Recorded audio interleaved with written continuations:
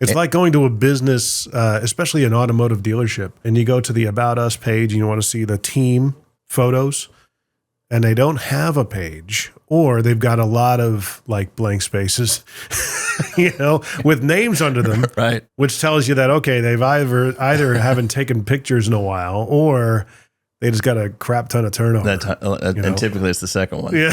You're right. I mean, and so many signals. Yeah. Yeah. I mean, it's usually turnover. I mean, you know that I've listened to plenty of your podcasts. I enjoy your stories about selling, cause you learn a lot. And I think you convey that a lot in your podcast. The business school. Yes, it is. From the business capital of the world, the Big Apple, New York's Middle Tennessee, it says here. Yeah. Sounds riveting. This is the Mostly Middle Tennessee Business Podcast, a podcast about Middle Tennessee business owners and professionals. Mostly. Yeah, that's for sure. Yes, thank you, Matt Wilson from the big old Mostly Marketing Podcast. Old buddy of mine going back to the 90s when we both started in radio. Lent his voice for the podcast intro for the Mostly Middle Tennessee Business Podcast, which is a podcast for mostly Middle Tennessee business owners, entrepreneurs, and professionals. We have meandering, real conversations. We talk about problems, solutions, struggles, challenges, wins, losses, mountaintops, valleys. This is a video and audio podcast. You can check us out at MMTBP.com. That's MMTBP.com. To follow along, find us, subscribe, share, rate, review, all that fun stuff. And even apply to be on the show. We got a link there, too, to fill out a form and let us know, hey, I'm interested. I am your host, Jim McCarthy, with JimMcCarthyVoiceovers.com. And today, this is a good episode for those of you who you remember becoming the transition into becoming self-employed, an entrepreneur. It all started with an idea. Some ideas are a little bit harebrained, and this is kind of along those lines. At the time, you kind of have a pretty good thing going, but hey, you yearn for that freedom. So if you've been there or are thinking about jumping out on your own, this gentleman today will either sway you or dissuade you. What an intro. But I think in your case, it worked out pretty well. Please welcome to the show, Jason Miller with Christian Brothers Automotive right here in Spring Hill. Glad to be here, man. Yeah, buddy, good to see you. Appreciate you having me. Yeah, man. We met a couple of weeks ago. We had some lunch, and it always ends up in today. Come on the podcast. Why not? Let's do a show. Yeah. But it made sense, though. I mean, the intro, that's kind of how your story started, right? Yeah. I really probably couldn't have written it up any better, man. That was that's exactly right. Literally came up with it 5 minutes ago. Yeah. Well, that's why you're a true pro, man. I don't know about that, but thank you. I appreciate that. So Jason and I became, acquainted via a Facebook post that I put out a few weeks ago for our new product called Cave Light. And it's the first time you spoke out and made me aware that you were a quote unquote fan, I guess. Yep. And, we connected since then, discovered that you were the proprietor and you took over the existing franchise here in Spring Hill for Christian Brothers Automotive. You really, based on your cultural approaches, turned the place around, and kudos to you. Yeah. But that story begins a long time ago. You've picked up a wrench here and there, but not as many as some might think. That's correct. Yeah, I'm not I don't have an automotive background. My background was in medical device sales. Yeah. But you hit the nail right on the head. It's I always wanted my own business, had an entrepreneurial spirit, and really business at the core, in my opinion, it revolves around people and around culture and and a belief in what you're doing. And I think most successful businesses I've found thrives whenever you have that mixture of ingredients. Well, you came on shortly before I had Mr. Steve Brink on. I think I met you right around that same time. And if you go back and listen to that episode, Steve was just a prolific culture creator. And I'm not sure if he intended it to be that way. He just knew how to treat people. He always knew that, look, if the salespeople, if the people that work for me know that I have their back, we'll be able to all start rowing in the same direction with the same ferocity. which is what culture should be. The frontline workers should know that the managers have their back, know their names, be acknowledged. That's a huge thing. But a lot of that started with you in basically a very difficult industry. You weren't always in the automotive industry. You were in medical device sales. That's right. You discovered your relational sales approach in that business, correct? Yes. And it's a very competitive industry. It's kind of dog eat dog. You have a very limited amount of customers, or in this case, it would be implanters or surgeons that can utilize your product. And literally, when you get hired, they're just like, okay, here's the area that we're going to hire you for, and go. I mean, they don't even give you a list of people to call on. They don't, you just figure it out. And you're literally trying to, in a nutshell, convince a surgeon that's been using a certain product for a decade or more, probably trained in residency with that particular company's product and instruments and all that, to give you an opportunity to switch over whatever he's been accustomed to knowing what the outcomes will be. And he's probably friends with the rep that's been with him for 10 years. Yeah. So it's a very, very hard task. But, that's the reason why they, to get in that industry, if you're successful, you can have a very lucrative career. And if you're not, you don't last very long. So there's really there's no gray area. What's the ramp up in a situation like that to your first sale? How long does it take? Well, so, what you hope is that, you can get them to what I always would call ancillary products, things that maybe a competitive rep wouldn't look at as a direct threat. So, for example, when I was in orthopedic device sales, I sold total knees, total hips. That was where, and also sold trauma products like hips. I mean, like plates, screws, little things like that. Right. But the money was made in the total joint. So, like the total knee, total hip, because that was the hospital paid a certain amount of money for those implants. Right. So obviously, my competitive rep would think it was going against him if a doctor suddenly started using some knees or hips. Whereas if I convinced the doctor, hey, maybe on one of the cases for, where you need some bone screws or something that, it's a rounding error probably for that rep's salary. Would you consider me? So my goal was to try to get small cracks in the armor, so to speak, so that they could see how I would handle things in the operating room. And over time, they would start to buy into me as the brand. Yeah. And then they would slowly but surely start throwing me some more things. And before you knew it, I'd have 50% or more of the other reps' business. Just takes time. Yes. It's and time and repetition, showing up. One of the not a mentor, but I guess one of the trainers we had in radio, his name is Roy H. Williams, and he wrote a trilogy of books in the late 90s called The Wizard of Ads. He would come to our radio station and talk to us, talk to the sales team, talk to programming, production, mostly reflecting on his time in sales. And he realized after probably a decade selling radio, mass media advertising, that he decided, I only want to sell annual deals, 12 months. I didn't want to do 3 months, didn't want to do 1 month, 6 months, 12 months only. And at some point that kind of started working for him, because he was like, he would sell them on the notion that you got to give it time.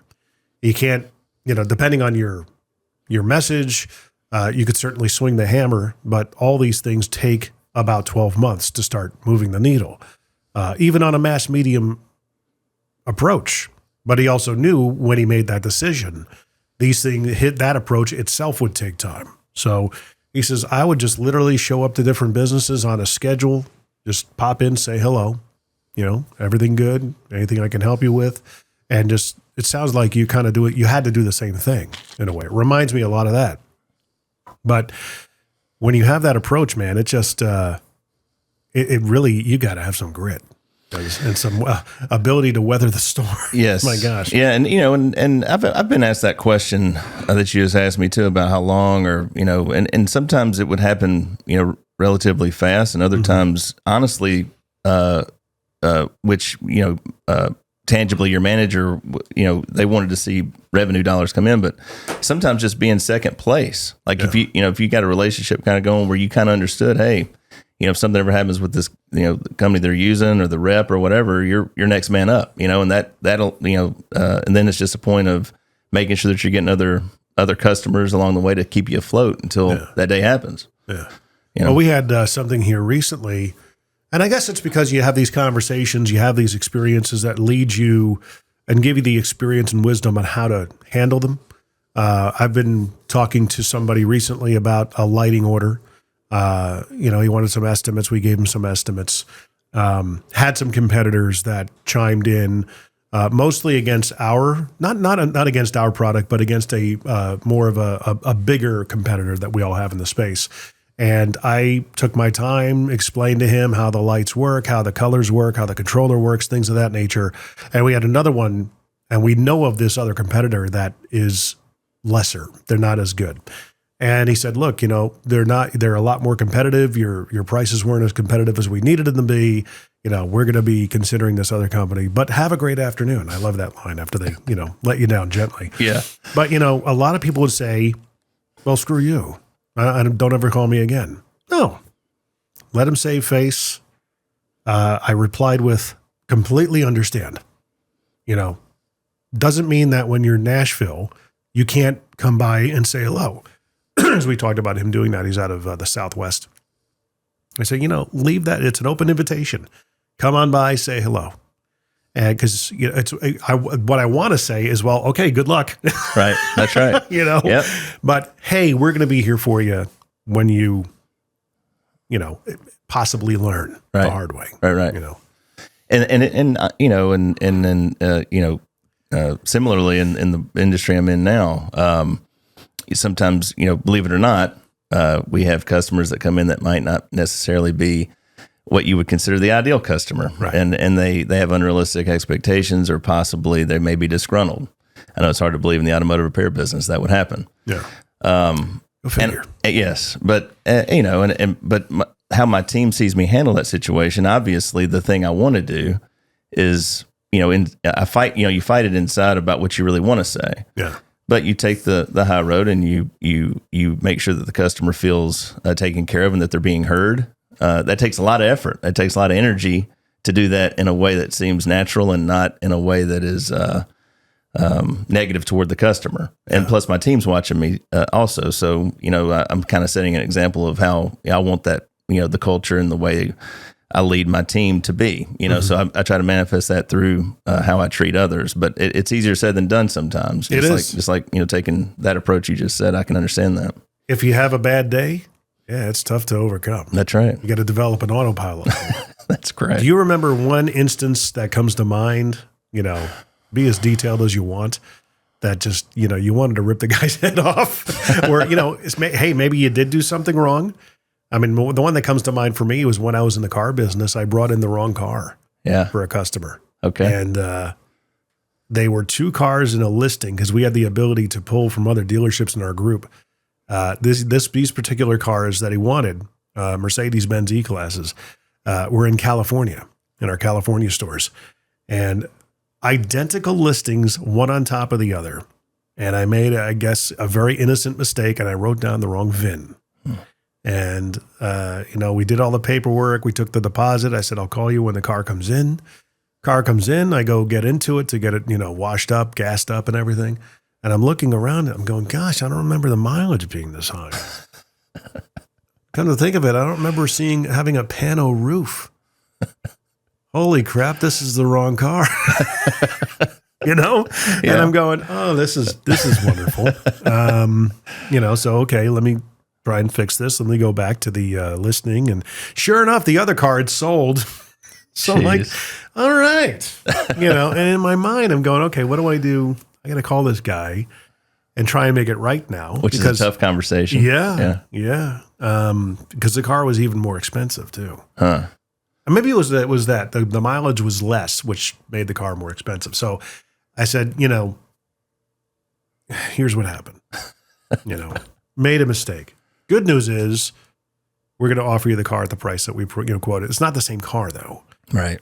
Same color, but it's actually a better car. And he came in, he looked at it, he's like, that's fine. But it made me, I just went around. And I was told at the time by managers, just, sell him the car. Just don't tell him anything's wrong with it. I'm like, I can't do that. No, this is what causes trouble for us. why people don't trust us car salespeople. You know, and similarly in the automotive repair industry, like I said, me not being from the industry, I agree. It's the same way.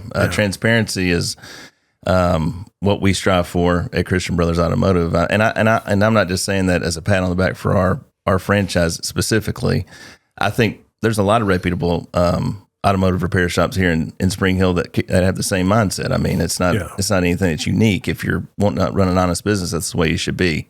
Very transparent in the good and in the not so like the difficult conversations like that. The easier thing to do is to be colorful and try to, kind of move the target, so to speak. But I think customers appreciate when you're direct and you tell them, hey, this is what happened. Yeah. Even though they're very difficult conversations, most times customers don't understand. Yeah. But I always feel like it's the right way to be. Have you had a situation like that though, where you had to come back and go, oh man? Well, I was thinking about, whenever you ask me that question, I'll tell you, and I'll try to make it very, very concise. I tend to ramble sometimes. Right. But and I'm not going to name a name by any means either, but it's a business owner also in town. But he had a vehicle that had a warranty. He bought an extended warranty for the vehicle when he bought the car. It was a used car.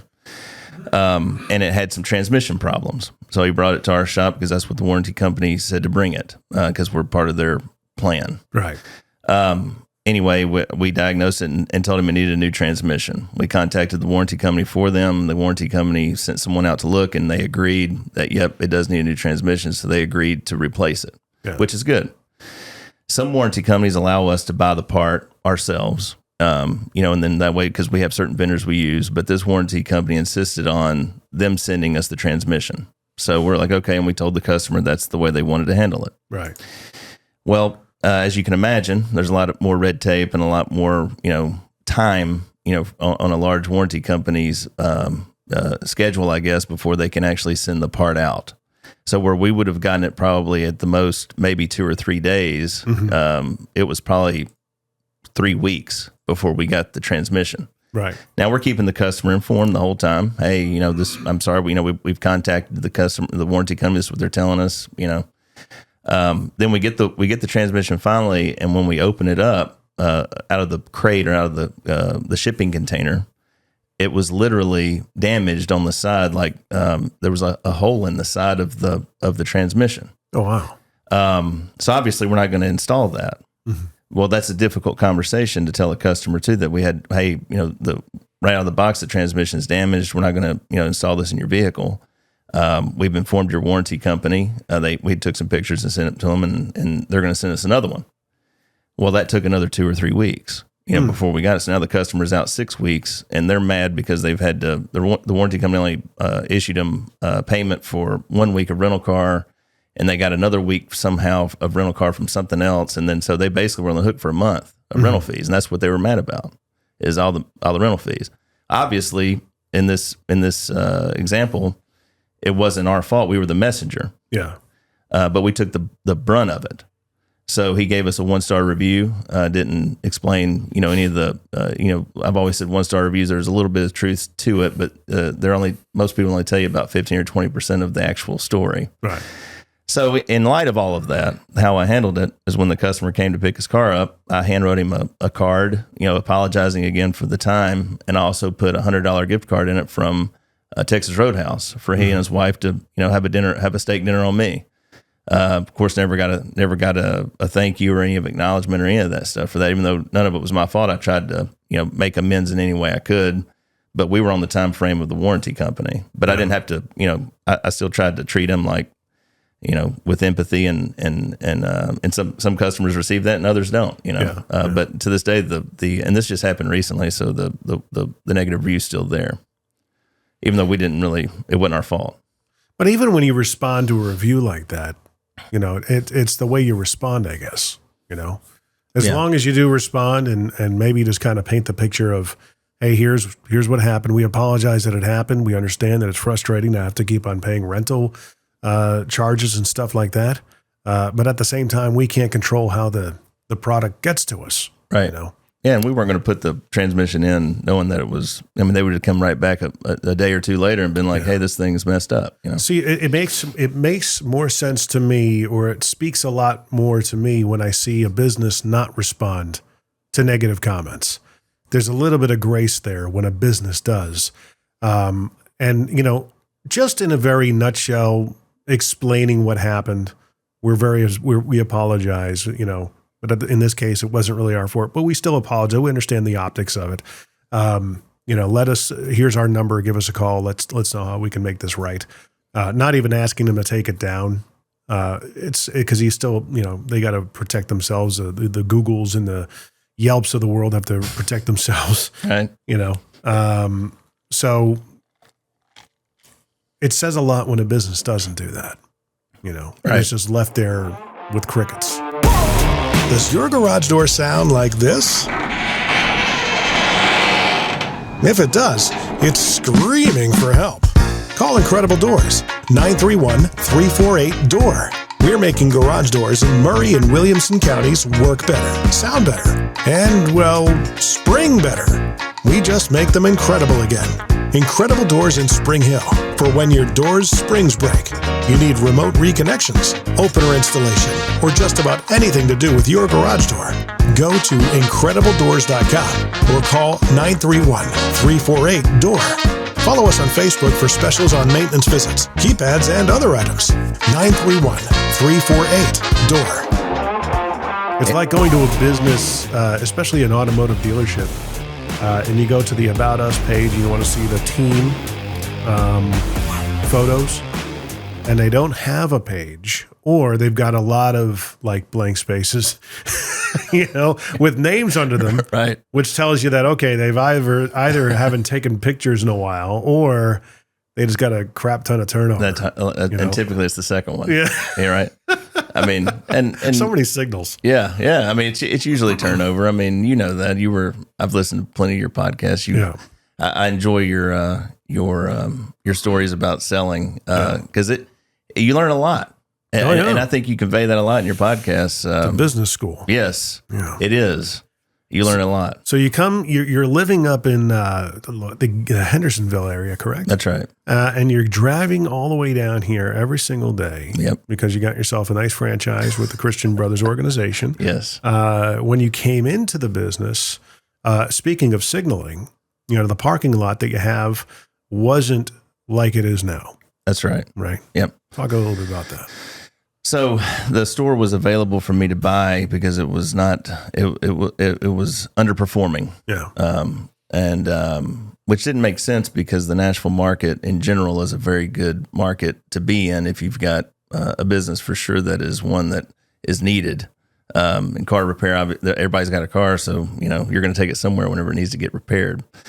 So when I came down, it was very evident to me that the main reason why the store was underperforming wasn't necessarily because of the area, even though a prior ownership had a list of things of why the store wasn't doing well here. But it wasn't because of location. I think the location's great, and there was a myriad of other things. It was really sincerely culture, the culture of the team, and kind of how they approached customers. And I think the advantage that Christian Brothers does, and I think they do it very well, is like we said at the beginning of this, I don't have any automotive experience. I mean, the technicians have forgotten more than I'll know in the next decade about car repair. But I think that's brilliant because I came in because I'm not jaded to the industry. I don't have any preconceived ways of doing it. I'm not starting sentences with, hey, this is how we used to do it over at, you know, XYZ, you know, place. And, you know, the only way I know how to do it is Christian Brothers way and the way I think to make changes, you know? Yeah. So I guess, you know, you're because of your ignorance, it makes you actually pretty successful, you know? Mm-hmm.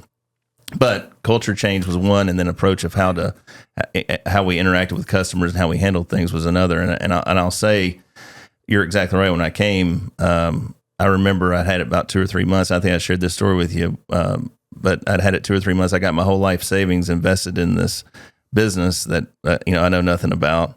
And I counted about 14 cars in the parking lot, and 7 of them were my employees. For a 9-bay shop, that's very, because there's a lot of overhead, as you would imagine.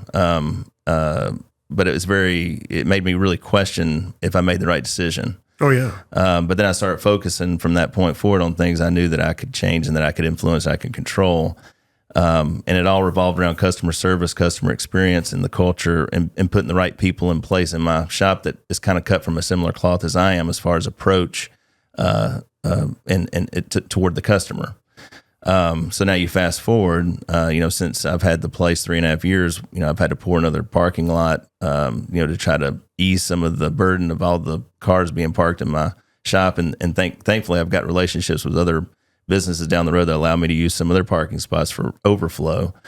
But we've been very blessed. I mean, I started off with 3 technicians and then 2 guys in my front office, and then including me. So we had 6 guys. And now you fast forward that, we've got 18 people that work there. And I've been approved for a second location in the northern Nashville area that will be opening probably about this time next year. Oh, wow. So, It's been pretty exciting. Yeah. But getting into it, you go from a pretty rock and rolling career, you get dare I say, a harebrained idea of, why? I mean, what kind of led you to this? So, you're right. In the medical device industry, it is kind of like your own little independent business, because the second you leave your house, you're at work because there's no brick and mortar you go to, unless you're going to a hospital to cover cases or whatnot. For me, it boiled down to anytime I'll give you one example. Anytime I would get recruited from one company to another, they were recruiting me because of the relationships I'd built. Yeah. And it was usually a company that didn't have any business in that area, and they knew hiring someone that had the relationships, they could get, a decent amount of business, pretty quickly. They might not get 100% of my business over, but even, 25, 30, 40% of it is better than what they would have. Yeah. So the value was in the relationships that I'd built over time. But if I ever left that position and went to a different company, like say I took a territory and built it up to a $3 or $4 million territory, that money stayed with the company. It wasn't like I could sell it to anybody. I didn't own it. It just went to the next rep that replaced me, and all of a sudden they got a raise or whatever it was, because of all the hard work I'd put into it. So that always used to kind of get at me, because I'm like, you do all this work and all these countless hours and time away from your family, and you have nothing to show for it tangibly as far as to sell it, because when you leave, you just leave and it goes to the house. Yeah. That and quality of life. Which I hear a lot of your guests talk about that too. Like that's one of the reasons why they wanted to be have their own business, because they wanted to be able to have a schedule and a way that fit a certain quality of life standard that they wanted to have. And quality of life, not meaning work-life balance. It's enjoyment, purpose of what you're doing. There's quality of life to that. That's right. Because going in and doing something you don't like is not quality of life. No, it's not. And in the sales world, which I don't know if I've ever necessarily heard you say anything like this on the episodes I've listened to you on, but tell me if you agree with this. When you're a sales guy, and I've said this a lot, you really, I'm 47. I've had this business 3.5 years, and I'm just kind of discovering things about myself, because my whole life it's always been about my customer's interest or about someone else if someone, say, for example, I had a doctor I was calling on that was interested in sailboating. Yeah. Well, I don't know anything about that, but I want to have some commonality with that guy. So I would research everything I possibly could about it, so that if I ever got a chance to have a lunch with him or anything, I could add to a conversation to make it, where I could, start building a relationship and connecting with them. Yeah. So, I'm 47, and I'm just now kind of discovering what I'm even interested in. It's always been about other people. Yeah. Which, I guess, if you're a business owner, it's about your team and it's about your customer and all that. But like, as far as like all of the, late nights and like, having to, learn everything there is to know about somebody else and make it about them constantly and all that, it wears on you, over time, and you really don't know really much about your own self in that way. Now, as far as business, you kind of, I know what drives me, and I know all that, and that kind of stuff transfers over into the business I'm in now. And really, quite honestly, the way I built my business in the medical industry isn't much different than I did it here. it was all, I knew, I think I've told you this too. I've always known I'm never the smartest guy in the room. I'm certainly not the best looking guy in the room, so I couldn't rely on looks or my, high level of intelligence. But I was always very, very keen on what I call the likability factor, and being trustworthy and honest, and always being dependable.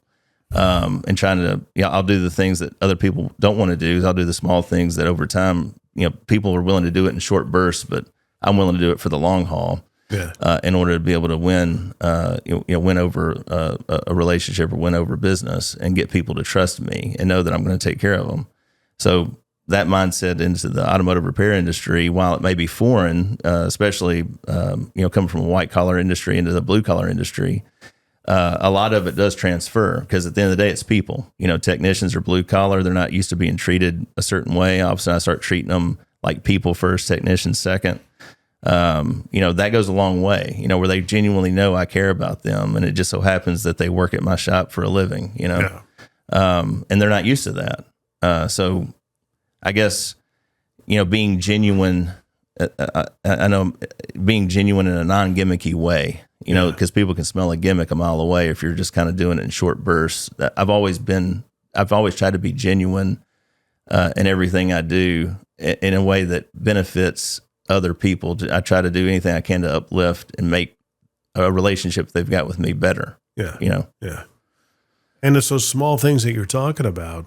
You got to create the habits that just, because it's one thing to be intentional about them and come off as contrived. It's another thing when it's just part of your DNA and your fiber of your being that you just do it, Right. If the floor needs to be swept, let's pick up a broom and go ahead and do it. That's right. And that's just, it needs to be done. It's an all hands on deck, no pun intended, kind of situation. It reminds me of the conversation from this week's guest that we just put out, Mr. Brian Stiles. Very similar situation. Came in a year ago, bought the local Costa Vida franchise. Had an attitude of like, look, we got to work as a team. I understand that some people have it's not my job type of mindset. That's not going to go a long way here, because we're not able to afford that luxury yet. We have to fix a few things. If this doesn't make money, everybody's out. You know? That's right. So I mean, that's but understand that does extend to me as the owner. I think it was the message. Yeah. And I actually talked to him about reaching out to you. Oh, well, I listened to that episode. I think I told you that too. And I'll tell you the thing that stood out for me about that as a business owner, which is exactly what I went through, is his decision to keep the drive-through open. Yeah. He said the previous ownership was in the process of just kind of closing that on down because they were having problems with staffing, which I can understand that in the restaurant, in the fast food or fast casual, I guess is what he would be labeled as, industry. And his decision to say, no, we're going to, we're going to keep it open and let people know it's always open. And the picture he painted of, hey, there's people out there that's got kids in the car that don't want to come in. That's me. I've got 4 kids. We rarely go into a place. We want to go through the drive-through. And if we've got to guess if the drive-through is open or not, we're not going to go there, Yeah. And for him to know that, and then that example he gave where they were short-staffed on a Friday night, where he said that was one of their busy Fridays is what he says the busiest day of the week for them. Yeah. And for him to hold true, like, because he said even 2 of them, it was just him and 2 others, if I remember right, he said. Mm-hmm. And, he was like, he had a choice and he thought about it. He admitted that on your podcast, which I think about things too, right? But you go with what you know is right. Yeah. And that's typically the most difficult things to do, especially when you're first taking over an existing shop or existing store, because it's, the way it was done before. You're coming in, knowing that you're going to be making changes. Obviously you try to make the changes in a way that's not just grossly,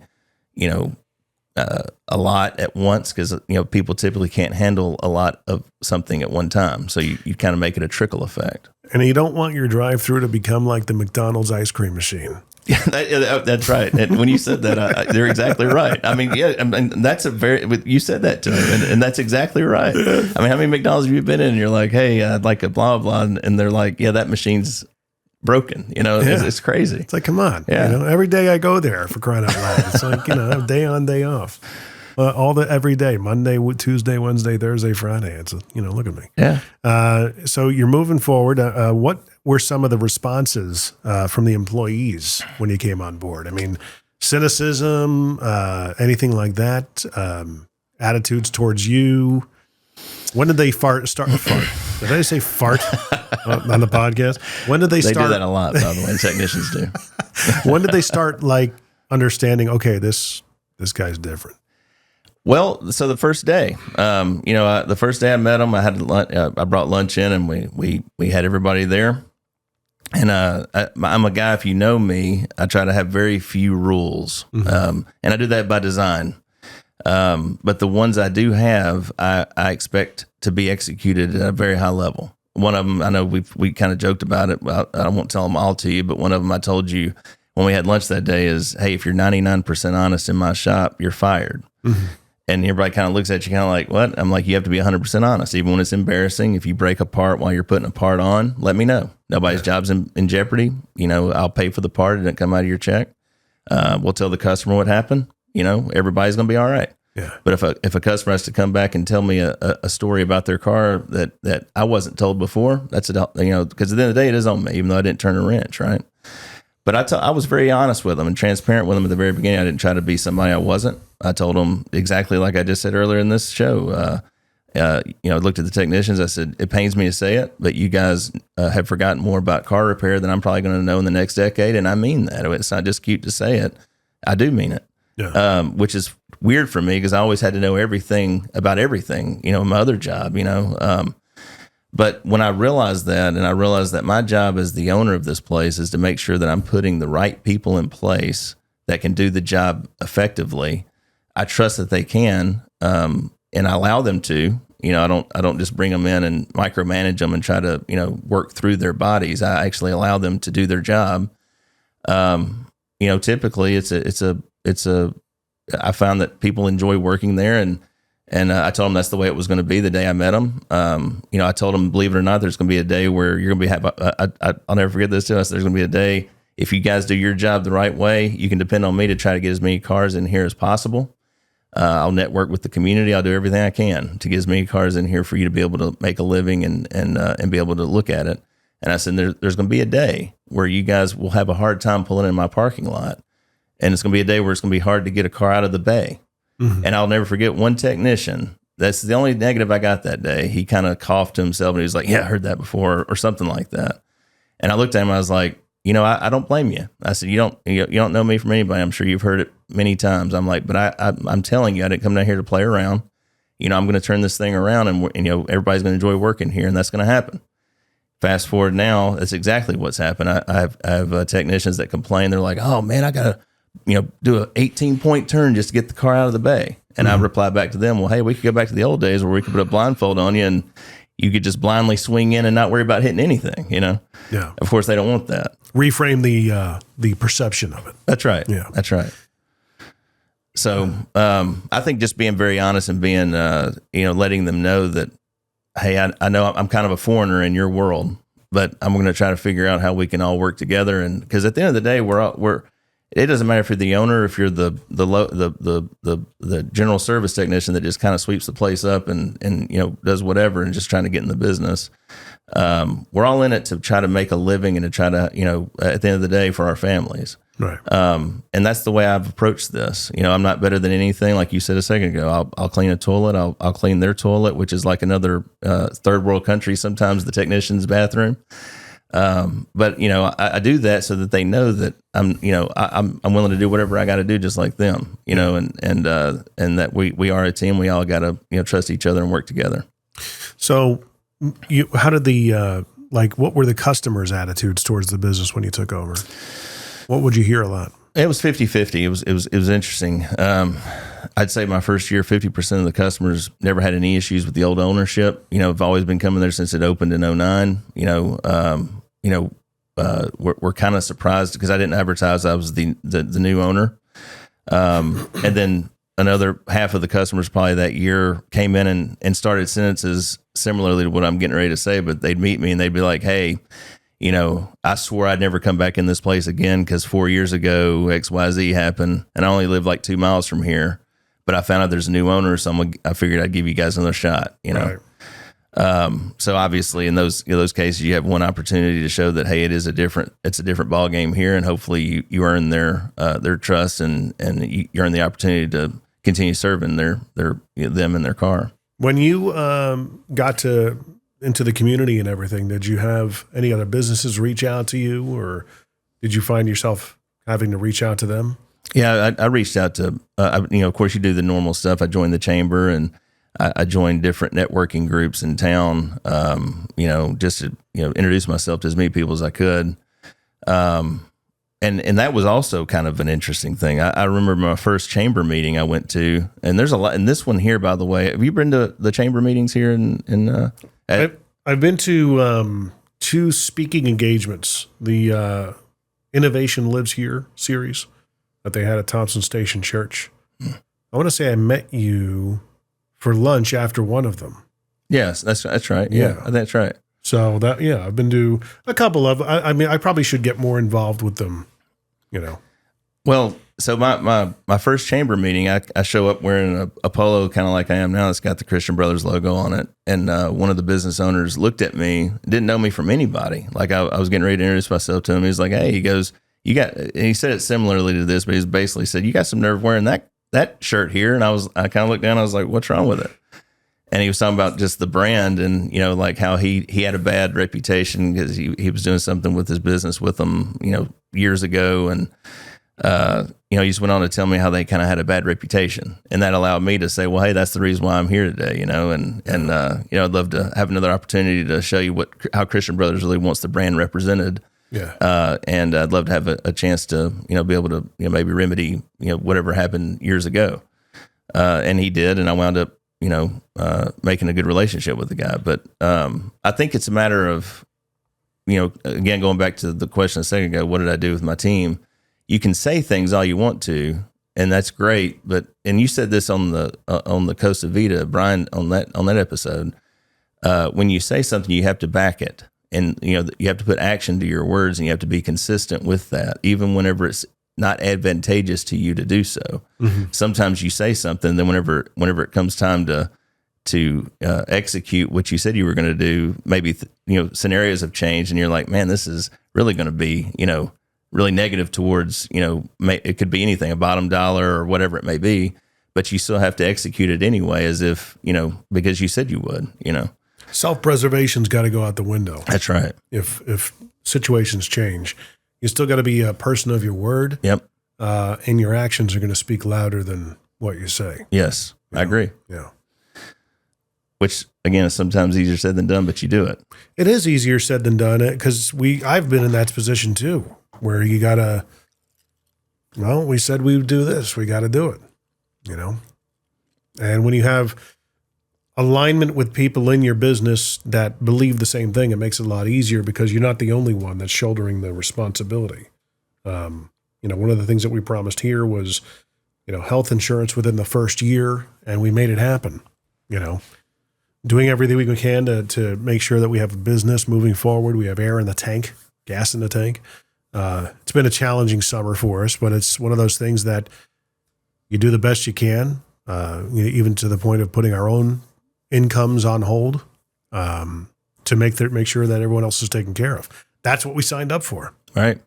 That's right. It's exactly what we signed up for. But in your case, it's a lot more of a highly transactional, near-term sale, much more widely needed, which is why we kind of got into it. It's funny with our business, it put us in a position to find something that was more widely needed and having a near-term revenue opportunity than what we normally do. We do podcast production, we do lighting, we do all sorts of things. But now we're in the garage door business. Because that's the next logical. It is. At the time, it was very logical because we had an opportunity and an ability to learn. We've got a local team that's very highly mechanically capable, and we've done a bunch of jobs so far and have proven to ourselves that we can do this. Yeah, and learn how to do it better, and apply our own core values and the pillars of our character to another business that is just we want it to serve the community, and that's our intent. Well, it's one of the things I've talked to you about that I respect a great deal about you. And by the way, I know today's your birthday. Thank you. I don't know if anybody's wished you a happy birthday today. So, but something the anniversary of my 39th birthday. But your journey is interesting. And I think that's a similarity that we both have. Like, which you started off this by saying, like, I jumped out of a successful career to go into something when all the signs point that, there's no reason to do that, right? Yeah. Most people would be comfortable and stay there and whatever, but there's a thing inside of guys like you and me that, is just, it burns, and it's like, hey, and you take that chance and you act on it. Yeah. Whereas your career, you were in radio for so long and then you pivoted, and not only have you pivoted, you've pivoted a lot, but you do it. I think there's a consistency in everything I've ever heard you say, especially what you're doing now. Like we just joked about, you're in lighting, now you're doing garage doors, and obviously you're doing things at a high level, and you're trying to do it the best that it can possibly be done. And I think that it's the consistency is, again, culture, and I believe being real and treating customers as you want to be treated. And I think a lot of times owners that I've met that are unsuccessful, they lose sight of that. Yeah. There are successful owners that don't have that insight. Well, yeah, in spite of themselves. In spite of themselves. By proxy of just putting a lot of money behind marketing and things of that nature. But in our case, it's just, we had a necessity. It forced us to kind of pivot to a somewhat of a not comprehensive, but congruent industry. Believe it or not, the lighting industry is what led us to garage doors. With the cave light that we just put out, it was the idea, the genesis of it was putting a light on garage door tracks to give people extra light on the sides, and where the garage door were up, it blocks the light from the garage door opener. Here I am selling it. Oh, it's a fantastic idea. Yeah. I genuinely believe that. And we had somebody in the community that is a good friend of ours, and I wanted him to kind of help us lead the charge. Hey, what do you think about bringing this in front of other garage door companies, things of that nature? We ended up talking, and before we knew it, like, we're going into the garage door business. It's just, it's something we can do. I don't want to decry the business or demean it, but it's not a difficult business. It's especially if you're mechanically apt and you're good with tools. So, and there's a lot of homes that have garage doors. Yeah. There's obviously a need. Yeah. Same as cars, right? That's what I said at the beginning. A lot of people have cars. Incredibledoors.com, by the way, if you're not paying attention. They're an advertiser on the show. Grateful to have them. So, moving forward, what is it like? What do you see? Is it kind of similar to a Brian Stiles with Costa Vida? He's got a multi-shop aspirations, that kind of thing around the community. Yeah. So as I said earlier, I've been approved for a second location, and we've already bought the property, and it's going to be, hopefully, ground will be broke by the end of the year. Now it's like you said, I live in the Hendersonville area. Yeah. This is actually going to be in Gallatin, so it's a little closer in the Sumner County area. But I also have to. It's going to be kind of interesting to. I also have to come down here and then be there. But I do have a manager in place here that can kind of take care of some of the day-to-day on the days I'm not here. But it's going to be interesting. But my goal is to have, if that one's successful, maybe a third, but I think two might be, it's a lot in the automotive industry. It's 9-bay garage. There's a lot going on. I think two is going to make me pretty busy. Yeah. I've talked to other multi-unit owners. There's not many in the country for Christian Brothers, but they say that there's a lot of moving pieces. So that's kind of where I'm at right now. Right. You guys have a website? How do people find and follow you? Man, obviously we're on 31 right across the street from Walmart. I'd like to get better at, I'd like to do an Instagram thing. I'm actually supposed to talk to somebody this afternoon about Instagram. There was an idea you threw to Brian that I think would be a really good idea for me, like maybe free oil change or something. Like we were talking about were you talking about hiding money or something like that? Yeah. I started thinking about that. I was like, you could do like a free oil change card or something like that. Because people appreciate a free oil change. And I think it'd be fun to do. And I maybe I could do something like that. But right now, you just get online. I think it's cbac.com/Spring Hill. Yeah. We have a Facebook page. But most people just, they either Google it and see what our rating is, which, we're pretty proud of that. I got 802 reviews, 4.8, which is really strong. Yeah. And, we're right centrally in the middle of town. So they when I ask them how they found out about us, it's, hey, I pass by your shop every day, and they decided to give us an opportunity.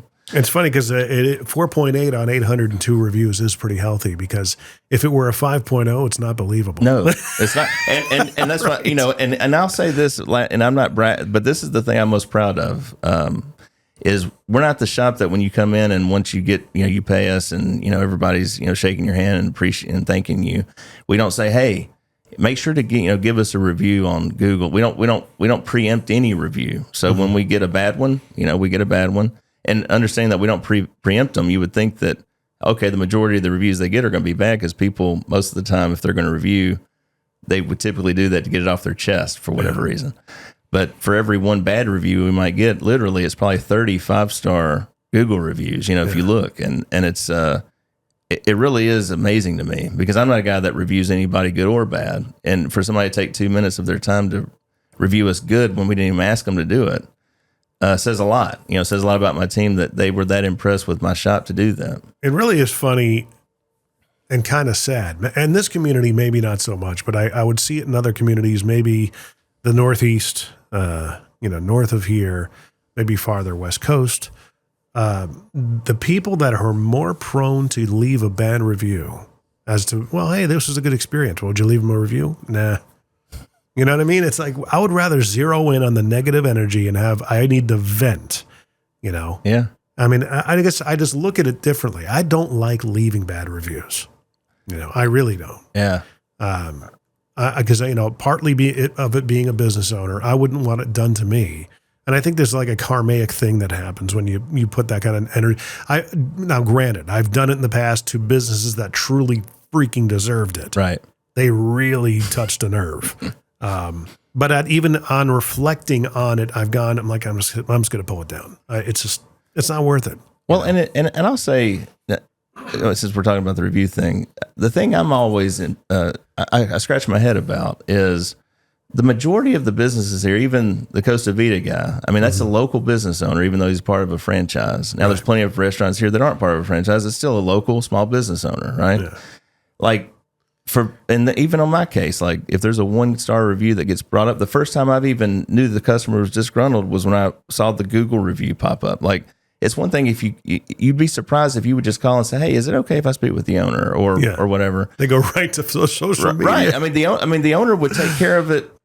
There's no doubt. I mean, all the owners I've met in this town, there's a lot of great business owners in Spring Hill. You know that. Yeah. And the last thing we want is to have a bad reputation, because it really hurts us. I mean, you leave a bad review for Walmart, they don't miss a beat for a millisecond. Yeah. You leave a bad review for a small business owner, that could be catastrophic. Yeah. Especially now, if you call the owner and they don't handle it the right way, by all means, that guy's earned the negative review, and there's nothing that he or she should be able to say about it. Yeah. But I guarantee if you call my shop, if you've had a bad experience, and I'm going to handle it exactly the way you expect me to, and then some. That's my rule. Yeah. So that you know that, one, hey, we made an honest mistake or we didn't realize it, and that you know where our heart is, and that we care about you, and we want things to be done the way that you expect. Yeah.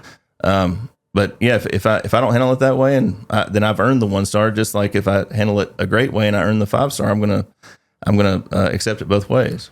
The person really who's at the helm really does make the difference. I agree. Yeah, it really does. Yep. I've seen it in a lot of different businesses that, again, going back to Mr. Steve Brink, who I've had on, like I mentioned at the beginning of the podcast, him being at the helm of Crest Honda for the number of years he was there, he turned it into a special place. He'll be humble about it and, oh, thank you very much and everything, but it was him, and everybody got behind him and would take a bullet for the guy. And, when he left, there was some pretty big shoes to fill, and I think the business can either benefit or suffer depending on who steps into those shoes. I agree. It's a huge difference. It's just like a college football coach like Nick Saban. That guy's the greatest ever. Yep. Now, you never want to be the guy that replaces the guy. Yeah. But, because there's really only one place you can go, and that guy has set the standard. Yeah. But that's kind of how I want to be. Like, when I came into this business, I want that to, like, if the day I decide to sell this and someone comes behind me, well, if they want to continue what I've done, it's going to require a lot of effort and a lot of work and you know, and it should, you know, because I put everything I've got in it, you know, and you know, that doesn't always equate to success. We both know that. Do you think business owners need to say that a lot more, especially on the local level, like we are? Hey, you know, this is something we put our blood, sweat, and tears into. There's a lot of risk riding on it. You know, we at one point in our lives realized the biggest risk was having one source of income, either via a W-2 or something like that. This is something that's really important to us, you know, and if I'm being a jerk about it and not treating somebody right, then obviously I get what I deserve. But right. I mean, like you're talking about, it kind of goes both ways. Yeah, I think. You know? I mean, would you agree with that? Like most of the business owners you've met does have that same mindset, where it's like, hey, there's a pride thing though. It goes along with it. Yeah. You know? Yes. Yeah. I mean, but we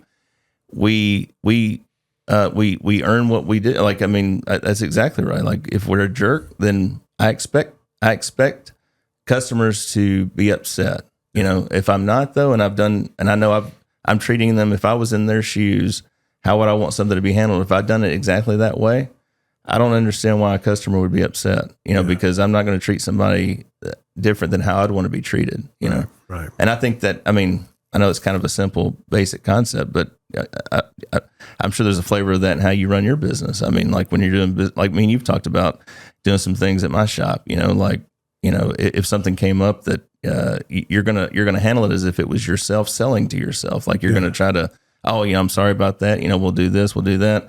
And that's just customer service, and that's just treating people the way that people want to be treated. You know, I think it goes a long way. It's a part of your advertising budget in a way. It is, you know? Yeah. And it's the one that you've got, like you said, the most. We care. Yeah. I mean, you got your blood, sweat, and that's the stuff that money is one thing. I mean, you could throw. That's the easy thing to do, is to throw dollars at a marketing campaign or advertising, because it doesn't take any effort. Yeah. You know, but actually, you know, living and doing and being consistent, that's, I think, what separates good businesses from great ones. Well, there you go. We're going to end on that. That's pretty good. Way to drop the mic. All right, Jim. With a lot of that being said, make sure all the contact information, as always, will be in the description. Take a look below and find and follow Mr. Jason, and visit his shop. Stop by, say hello. He's definitely a guy who'll come out and say, hey, man, what's up? That's right. Shake your hand and everything. Because it's truly at this point, and always moving forward, a locally owned business that gives back to the community. So yes. Thank you for being on, sir. I really do appreciate it. Check us out at MMTBP.com. That's the Mostly Middle Tennessee Business Podcast, for subscribing, sharing, rating, reviewing, all that fun stuff. And if you want to be on, there is the application page there too, MMTBP. Mr. Miller, thanks for being here, pal. Thank you.